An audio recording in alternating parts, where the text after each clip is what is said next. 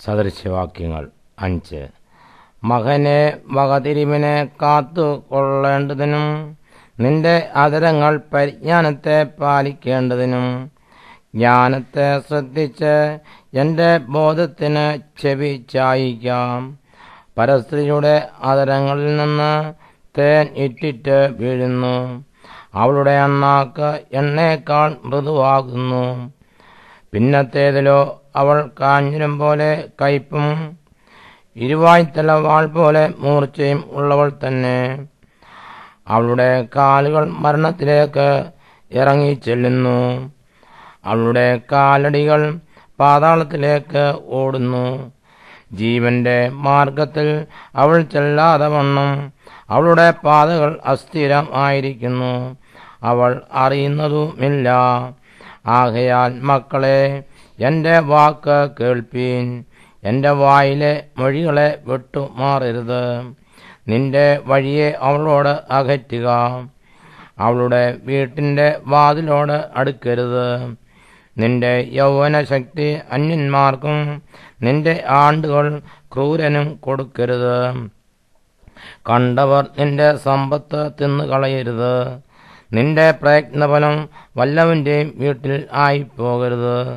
നിന്റെ മാംസവും ദേഹവും ക്ഷയിച്ചിട്ട് നീ ഒടുവിൽ നെടുവീർപ്പിട്ടുകൊണ്ട് അയ്യോ, ഞാൻ പ്രബോധനം വെറുക്കുകയും എന്റെ ഹൃദയം ശാസനെ നിരസിക്കുകയും ചെയ്തുവല്ലോ. എന്റെ ഉപദേഷ്ടാക്കന്മാരുടെ വാക്ക് ഞാൻ അനുസരിച്ചില്ല. എന്നെ പ്രബോധിപ്പിച്ചവർക്ക് ഞാൻ ചെവി കൊടുത്തില്ല. സഭയുടെയും സംഘത്തിന്റെയും മധ്യേ ഞാൻ ഏകദേശം സകല ദോഷത്തിലും അകപ്പെട്ടു പോയല്ലോ എന്നിങ്ങനെ പറവാൻ സംഗതി വരരുത്.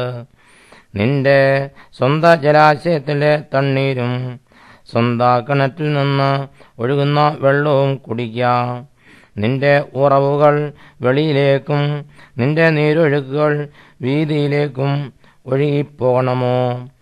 അവ നിനക്കും അന്യന്മാർക്കും കൂടെയല്ല, നിനക്ക് മാത്രമേ ഇരിക്കാവൂ. നിന്റെ ഉറവ് അനുഗ്രഹിക്കപ്പെട്ടിരിക്കട്ടെ. നിന്റെ യൗവനത്തിലെ ഭാര്യയിൽ സന്തോഷിച്ചു കൊള്ളുക. കൗതുകമുള്ള പേടമാനും മനോഹരമായ ഇളമാൻ പേടയും പോലെ അവളുടെ സ്തനങ്ങൾ എല്ലാ കാലത്തും നിന്നെ രമിപ്പിക്കട്ടെ. അവളുടെ പ്രേമത്താൽ നീ എല്ലായ്പ്പോഴും മത്തനായിരിക്കട്ടെ. മകനെ, നീ പരസ്ത്രീയെ കണ്ട് ഭ്രമിക്കുന്നതും അന്യസ്ത്രീയുടെ മാരടം തഴകുന്നതും എന്ത്? മനുഷ്യന്റെ വഴികൾ യഹോവയുടെ ദൃഷ്ടിയിൽ ഇരിക്കുന്നു. അവന്റെ നടപ്പ് ഒക്കെയും അവൻ തൂക്കി നോക്കുന്നു.